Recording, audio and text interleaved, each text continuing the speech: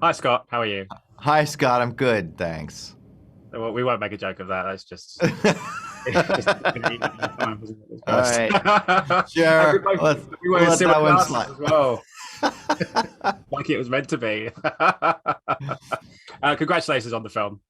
Thank you. I really, really enjoyed this one. I was pleasantly surprised. It didn't go where I thought it was going to go, which I kind of was kind of good. I enjoyed that. That's So always good. that's always good. That's always Yeah. good. I know this is adapted from a short story. So, what was the initial lure for you of that short story, and how difficult is it bringing not just someone else's material, but a short story into the feature that you've made? I had read the short story like 15 years ago when it was first published, and I always liked the idea of the Black Phone because it was a short story that combined a serial killer with a ghost story. I just thought that was a great idea for a movie, but I never could find a way to expand it into something that was a good feature. And then I had been in therapy for almost 3 years, talking mostly about the trauma of my childhood, the violence in my childhood, and just things that happened to me growing up. And coming out of that period, I felt like I had a lot of interesting perspective on what it's like to grow up in a working class, violent, dangerous, blue-collar neighborhood in North Denver in 1978. And the idea was simply, well, what if I take all that and I combine it with the Black Phone? And that's what the movie is. Good synergy, I think it was. I think it's good It's synergy. it's a very Story. synergistic thing because the two things seem to merge really well.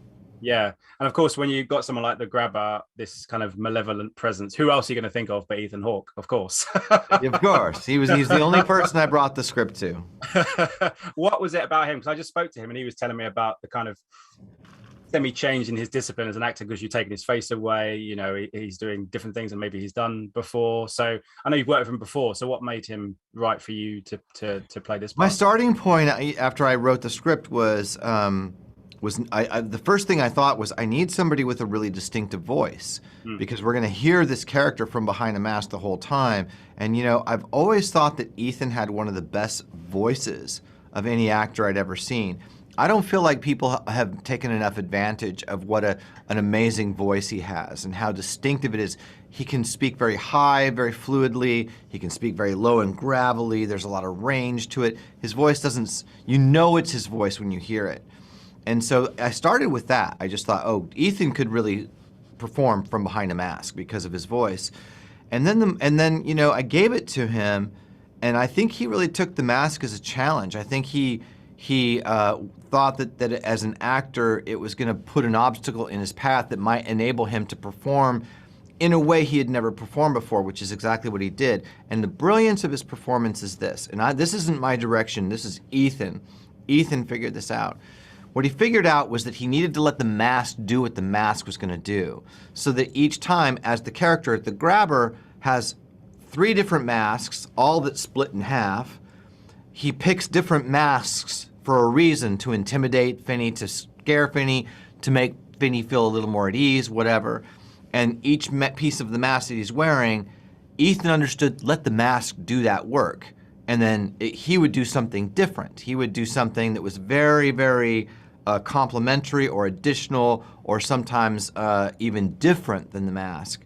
And the result is a kind of brilliant performance because he gets all this power from a typical horror iconic thing to do, which is put a killer in a mask.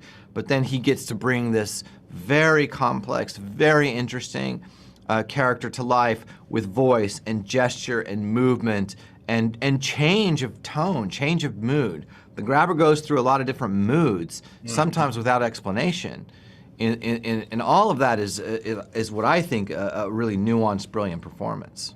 It absolutely is. Scott, thank you so much for your time. Absolute pleasure. I hope the film goes really well for you. Thanks so much. Thanks so much. Cheers. Ladies and gentlemen, you're watching Hey You Guys! Hey, you guys, huh? Hey, you guys. Is that from the Goonies? It is indeed, yeah. Nice. Hey, you